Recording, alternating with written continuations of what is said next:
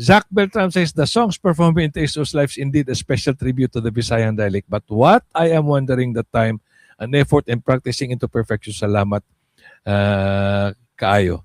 Zach, salamat good sa imong praises.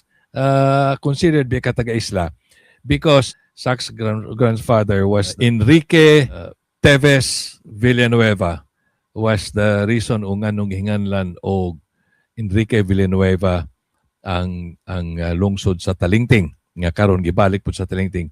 Muni lolo ni Zach. Muni lolo ni Zach, muni si Governor Enrique Teves Villanueva. Muna lolo ni nga nung reason nga nung inganlag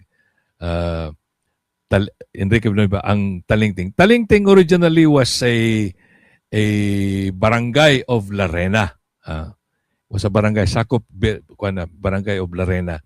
Here is the Senate bill